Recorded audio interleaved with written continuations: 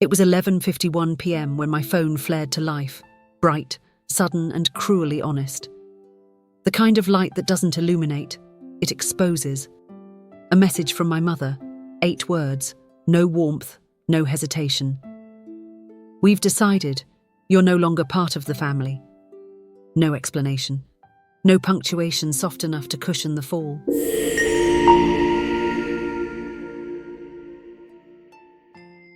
Seconds later, a tiny red heart appeared beneath it. My sister, Clara, endorsing my exile like betrayal was a group activity. I didn't cry, didn't even blink. I simply stared at the glowing screen until the words stopped feeling like words and started feeling like data.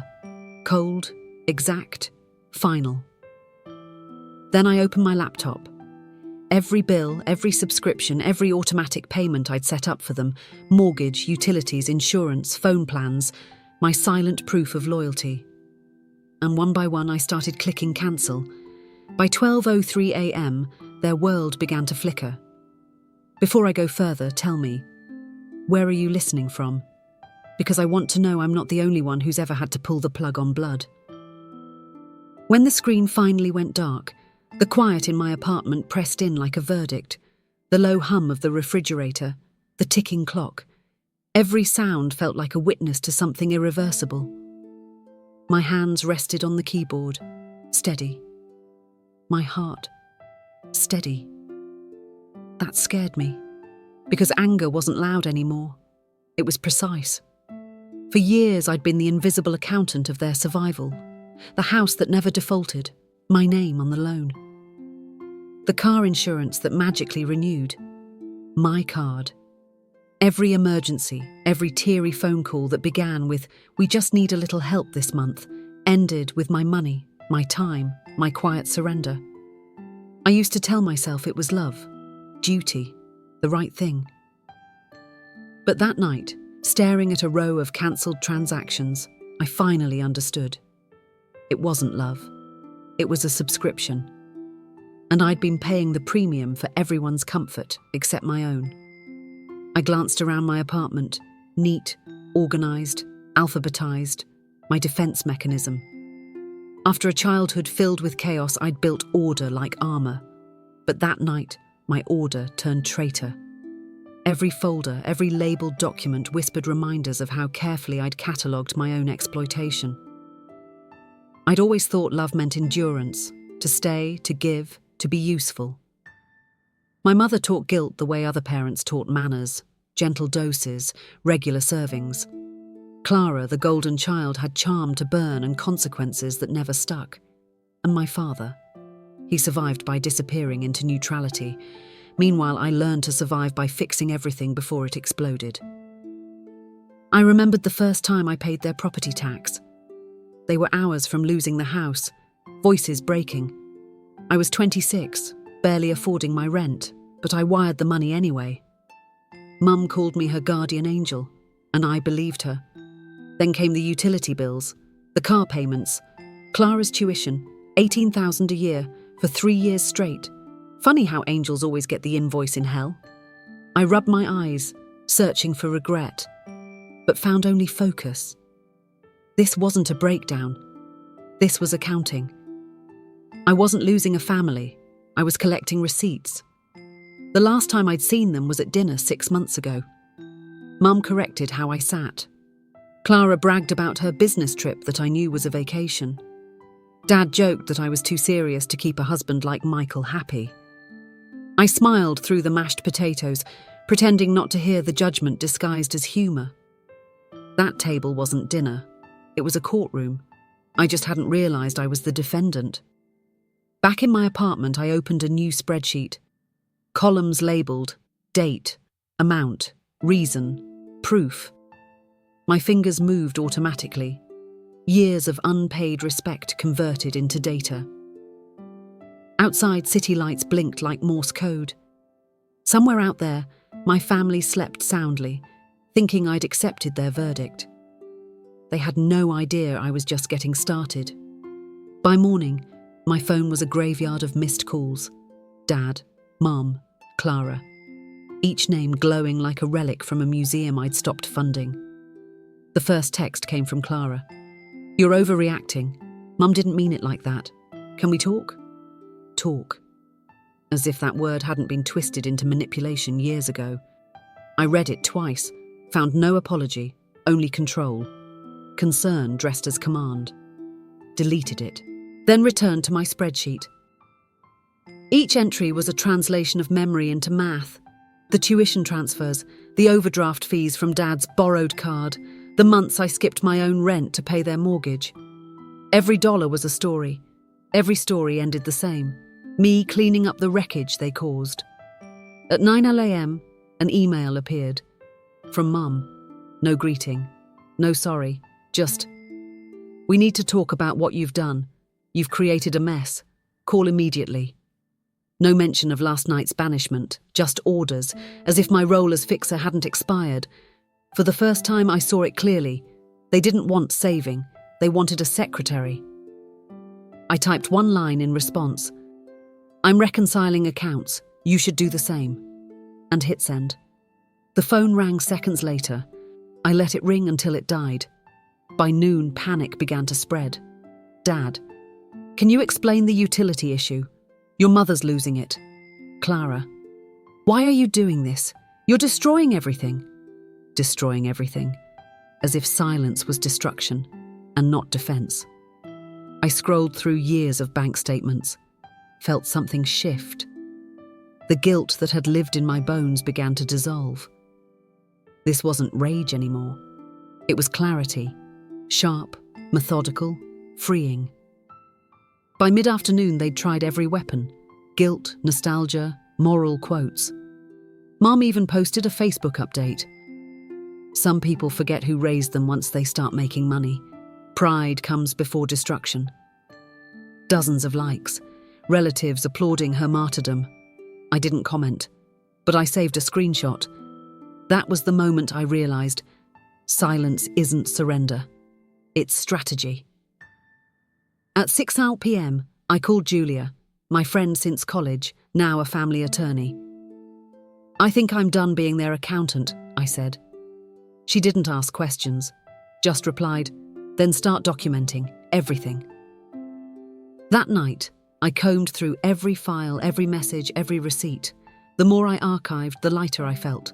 By midnight, my inbox looked like a courtroom, and for once I wasn't the one on trial.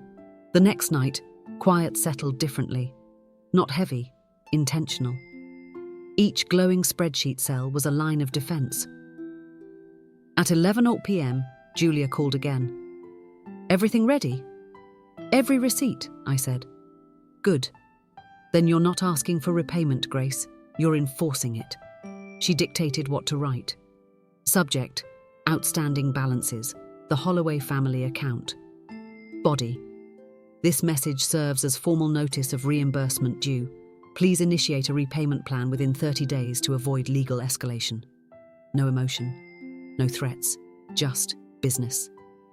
When I pressed send, the silence that followed wasn't empty. It was alive. 12 minutes later, the replies began. "Dad, let's be reasonable." "Mum, how could you do this?" "Clara, you're insane, you're tearing us apart." Their words blurred together, not because of pain but familiarity. They weren't shocked by what they'd done. They were shocked that I'd stopped cooperating. By 12:03 a.m, my phone lit up like a crime scene. Calls, messages, voicemails. Mum's voice breaking through one of them.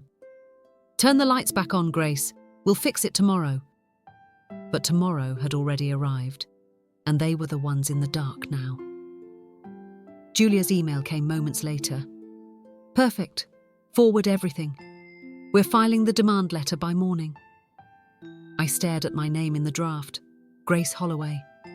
I'd signed that name countless times, on checks, leases, contracts, always to save them. Tonight it became evidence. At 1 a.m, another message from Clara. "You think this makes you strong? You're heartless." Heartless. A word that used to hurt. Now it felt accurate, necessary. Compassion had been my currency, and they'd been overdrawn for years. I poured water into a glass. My hand didn't tremble. This wasn't revenge. It was reconciliation. Before logging off, I opened one last tab. The property deed. Their house. The one they bragged about paying off. Still in my name. I'd never transferred it. Part caution, part intuition. That intuition had just become leverage. By dawn, Julia had a legal draft ready. She ended her message with a single line. "They said you were out of the family. Let's make it official." Outside, daylight crept in. Inside, my laptop glowed with something brighter than morning. Clarity. The next day moved like a trial in slow motion. Julia sent the certified letters to all three. Every document signed, stamped, verified. At 9:12 a.m, my phone buzzed. Dad.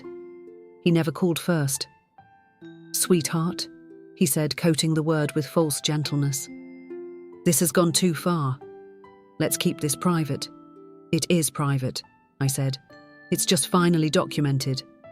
He hesitated. "You're making your mother sick." "No," I said, calm. "She made herself sick. I just stopped paying for the cure." Click. By noon, Mum's Facebook turned into a confessional. Bible verses, victimhood. We raised her with love, and now she's suing her parents. Relatives flooded the comments, until one quiet voice broke through. "My Aunt Meredith." "You mean the daughter whose name you forged?" The thread went silent. At 1:46 p.m, Julia emailed me. Subject: additional discovery. Attached: bank records, forged signature, inheritance withdrawal, $40,000. It was my grandmother's trust fund. Stolen. My name replaced. By evening, Julia filed for an injunction. The court froze their assets before dinner. That night, the messages poured in again. It was a misunderstanding. "We'll pay you back." "Don't destroy the family." Their irony made me laugh out loud. At 8:32 p.m, the intercom buzzed, my mother's voice shaky. "Grace, please. We're losing everything. Do something for your sister." "For Clara?" I asked. "She's still your sister." I opened the door just enough to hand her the envelope waiting on my desk. "The official eviction notice," I said. "You'll receive the court copy in 7 days." Her face drained. "You wouldn't." "I already did." She stared at me like she was searching for the old version of her daughter, the one who fixed, forgave, funded. That Grace was gone. "Goodbye, Mom." And I closed the door. I didn't watch her leave. I just stood there, breathing in the end. By the next afternoon, the fallout unfolded on schedule. Utilities cut, mortgage frozen, Julia's updates rolling in, titles secured, probate notified, assets locked. Then another Facebook post from Mom. She's suing her parents, we're heartbroken. But this time the replies weren't sympathy. They were questions. Truth had entered the chat. A day later, an unknown number called. New York area code. "This is Amy Patel from the Patterson Probate Office. We're reviewing your grandmother's estate. There appear to be discrepancies. Your name was replaced. Signature mismatch." I felt the world tilt. "Please forward everything to my attorney." By midnight, Julia confirmed. Inheritance fraud filed. Another freeze. Another truth. Days passed. Relatives I hadn't heard from in years reached out, all with the same confession. "They borrowed from us too, never repaid. You're not crazy, Grace." Each message felt like a small rescue boat in a sea I'd been drowning in for years. When the court ruling came, Julia called. "Don't engage," she warned. "Even if they apologise, especially if they apologise." The next morning, Mom emailed, "We forgive you, please forgive us." Forgiveness, their favourite form of manipulation. I forwarded it to Julia and archived it. By week's end, the house was sold. Funds wired directly to me. Watching the transaction complete didn't feel like revenge. It felt like balance. Clara sent one final message. "You won." I replied, "No one wins when family turns debt." Then I muted her number forever. That night, I sat by the window. The same one that used to reflect my sleepless nights, my anxiety, my guilt. Now it reflected something unfamiliar, peace. Somewhere out there, they were learning to live without me. And for once, I didn't feel guilty for letting them. Weeks later, the case was officially closed. Julia's email was brief. Case resolved, repayment confirmed, probate reversed. You're clear. Clear. The word felt like air after years underwater. Their debts were theirs now, and my mornings were finally my own. I bought a small apartment downtown. Nothing fancy, just sunlight, quiet, and no ghosts. Michael helped me move in. He didn't speak much, just handed me coffee and smiled, like he understood what freedom tasted like. That first night, I opened my old spreadsheet, the one where I'd tracked every cent I'd spent on them. Stared at the numbers for a long time, then pressed delete. Watching it vanish didn't feel like loss. It felt like release. Word got around. Mum and Dad renting a small house outside the city, Clara working somewhere she despised. I didn't feel triumph, just distance. They were finally living within the walls they'd built, without me holding them up. That night, for the first time in years, I slept through till morning. No guilt, no phone buzzing at dawn, just the quiet hum of a life that finally belonged to me. A month later, I visited my grandmother's grave, laid down tulips, her favourite, whispered, "It's done." The wind moved through the trees, soft, almost like an answer. Peace, I realised, isn't loud, it's steady, earned. And if you've ever had to walk away from the people who broke you, remember this. You're not cruel for choosing peace. You're just finally free.